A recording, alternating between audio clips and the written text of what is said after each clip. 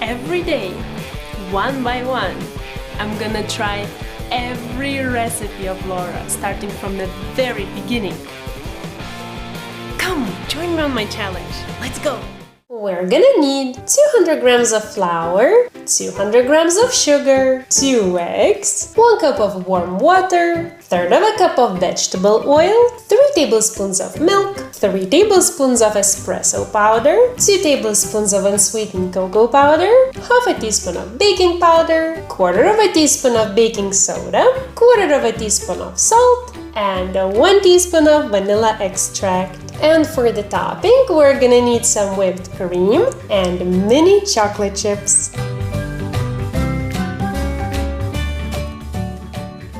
I started by preheating my oven to 180 degrees, and I'll also line my cupcake pan with some liners so it's ready when I need it. First, I will add espresso to the warm water, give it a mix, and let it sit for a couple of minutes. In the meantime, I'm going to add the eggs, sugar, milk, vegetable oil, and vanilla extract to my standing mixer with a whisk attachment and cream everything together.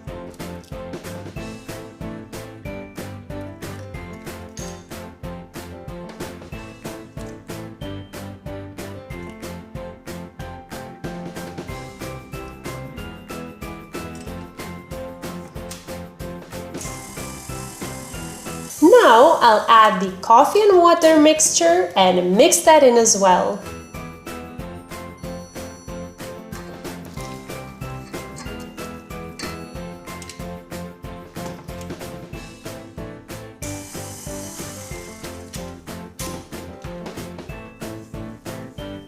Before adding my dry ingredients into the wet mixture, I will add the baking powder, baking soda, salt, and cocoa powder to the flour and give everything a big mix.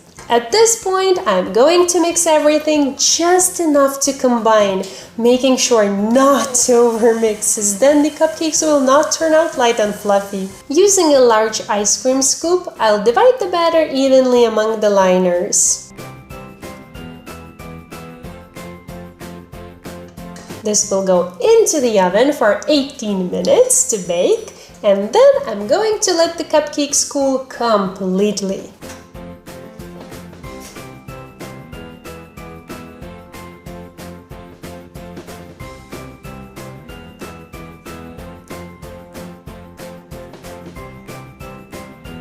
To serve, I will top each cupcake with some whipped cream and a sprinkle of mini chocolate chips, and that's it.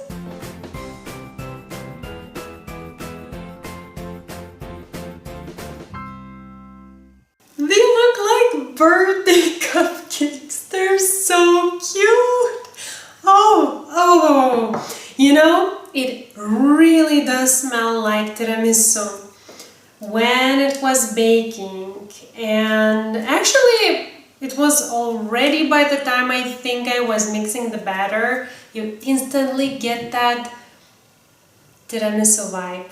If you've ever tried that dessert, you know what I mean. Like, it has its own smell, and you know when you smell it. So now, the question I have is, will I be able to eat all 4 of them?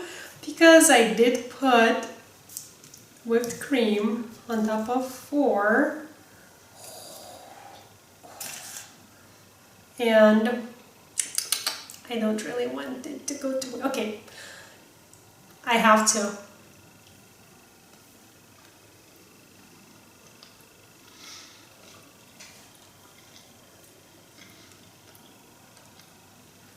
This, I don't really care for the chocolate chips on the top. They do look cute, but I feel like they're almost, I don't know, like too much for me.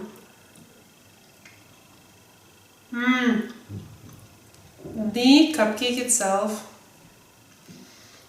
it's so light and fluffy. My God, I remember in the beginning of my food challenge, I was so concerned to mix the batter so well that I was like for sure over mixing it.